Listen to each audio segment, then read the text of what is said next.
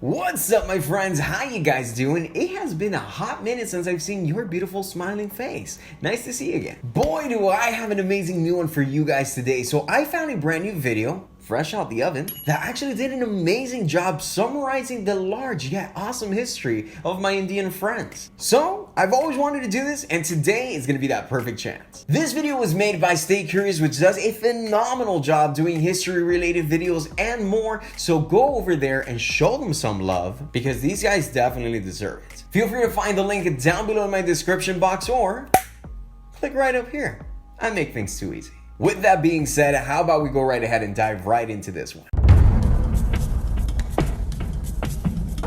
Did you know that shampoo, chess, and yoga were all invented in one place? That's right, in the incredible country of India. One of the earliest and largest I actually like chess. in history, called the Indo Civilization, lived in India from the year 2500 BC. They lived in the Indus Valley, which covered the land spanning from the northeast of India all the way to what is now the southeast of Pakistan. This civilization was incredibly advanced for their time. They used tools made from copper, had a huge trade network, and sophisticated urban planning, as well as complex water systems. Wow. They even had a written language. Nice job, guys. Linguists still can decipher to this day. About 3 centuries after the fall of the Indo Civilization came the Velez civilization. They were around from about 1500 to 800 years before. What's up with that blue guy there? They laid the groundwork for the language of Sanskrit and wrote the earliest Hindu texts. It was also during this time that Indo-Aryan people became less nomadic and more urbanized, and other religions like Buddhism began to emerge. Even though the subcontinent already had some powerful civilizations, in the last couple centuries before Christ, a crazy powerful empire called the Maurya Empire emerged. They started conquering everything and eventually— That's a serious mustache, my dude. —ever exist on the Indian subcontinent. They also built the Great Trunk Road, one of the oldest and longest roads in Asia that connected India to Central Asia and made them incredibly prosperous. Actually, at their very peak, they had a population of about 60 million people, making them one of the most populous empires in ancient history. After the Maurya Empire, Nice, that's pretty hardcore. Empire, then the Satavahana Empire, then the Kushan Empire, then the Vakataka Empire, and then there was, you get it, there were so many different really strong empires over a long period of time. During the medieval— Too many to document, that's for sure. Stuff happened that changed India's future. The caste system was established and gained a strong foothold in Indian society. Also, Islam arrived and political powers began to be more centralized and less scattered. The largest of these powers was the Mughal Empire, who took power in the 16th century. Yes, I know, for now it seems like just another one of those empires, but bear with me. The Mughals ended up becoming the second largest empire to ever exist on the Indian subcontinent, and at their peak, they controlled 24% of the world's economy. However, some of the leaders were very intolerant, and persecutions of Hindus led to uprisings that ultimately caused the Mughal Empire's decline. But something major happened while the Mughals were in charge. You see, in the 16th century, the British arrived and set up the East India Company to take part in the incredibly lucrative spice trade. Over the next century or so, the East India Company grew to be one of the most powerful forces in India, even having an army of about 200,000 soldiers at one time, which was actually bigger than the British Army. What? Imagine these days companies like Apple or Microsoft having their own private armies of hundreds of thousands of soldiers.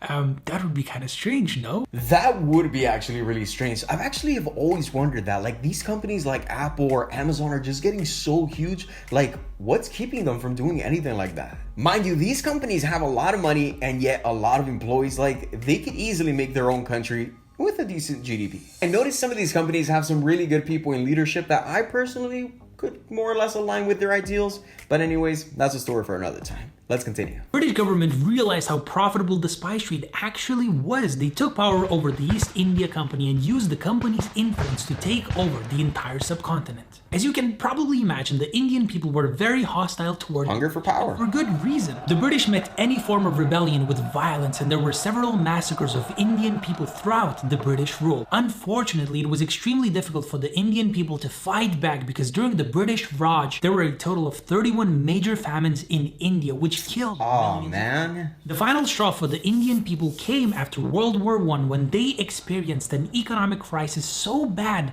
it led to famine, riots, and a major influenza outbreak. The Indian people desperately needed leadership in their efforts for independence and turned to the now legendary Mahatma Gandhi. Gandhi was a big fan of non-violent protesting and invited the Indian people to be non-cooperative with the British. With Gandhi's guidance, Indians started refusing to buy goods imported by the British, boycotted government services, and even refused to pay taxes. Gandhi's most famous act was known as the Salt March, which took place in 1930, where Gandhi and 60,000 other people walked 388 kilometers in order to peacefully protest the British monopoly on salt. It took respect, my friend, to reach their ultimate goal, but eventually they were successful. Finally, after World War II, the British government could no longer sustain their occupation. What an amazing guy. And so, on August 15th, 1947, after 200 years of British rule, India became a free and independent nation. That was obviously an incredible time in India's history, but unfortunately, dark clouds were gathering. Because of religious violence, right after independence, Pakistan broke away from India so they could have their own Muslim state. Oh, that was fairly recent then. Violence during this transition as millions of people suddenly became displaced and had to cross the border in order to live in the country where their religion was dominant. However, the tensions didn't stop. There's one state in the north called Kashmir with a Muslim majority population, but a Hindu ruler tried to stay neutral between India and Pakistan. Because of that, Kashmir suddenly became a major dispute as both countries tried to lay claim to it, resulting in multiple military conflicts from as early as 1947 to as recently as 2019. Yeah, it was actually his silence did worse than good. That's insane, man. It happened, and it was so crazy being there. I mean, millions of people were protesting out of the streets. Everyone was talking about it all the time. You know, the news and the politicians and stuff. It was very intense. However, enough with the conflicts. There's so much more I want to tell you about India. For example, they're incredible. Get back to the positive stuff, man. Back in the day, India's main trading partner used to be the Soviet Union, and after it collapsed in 1991, it caused an economic crisis. I didn't even know that Russia and India was that close. The economy. Those reforms worked incredibly well, and that resulted in their GDP almost doubling every 5 years since then. Today, India has the highest GDP in the world. They are leaders in tech development and are seeing a sharp decline in poverty as more and more people get educated to do white-collar jobs for national and international companies. India's economy is doing so well that their IT sector alone brings in more than $216 million a year, yet only makes up about 8% of the total GDP. However, I haven't mentioned the best part. They're wonderful, wonderful people. Dude, that's wild. Very friendly, kind, hospitable, and they're always trying to make you feel at home whenever you're traveling in their country. If you ever get the chance to go to India yourself, definitely go for it. See where life takes you, and yeah, have loads of fun. Gonna have to take Jacob's recommendation on that. Gandhi was definitely the type of leadership that India needed. And he led this peaceful movement to move India forward. Like, that is cool, my friend. It comes to show not everything requires violence to have things resolved. Shocker. It's like we're making discoveries on this channel here, you know?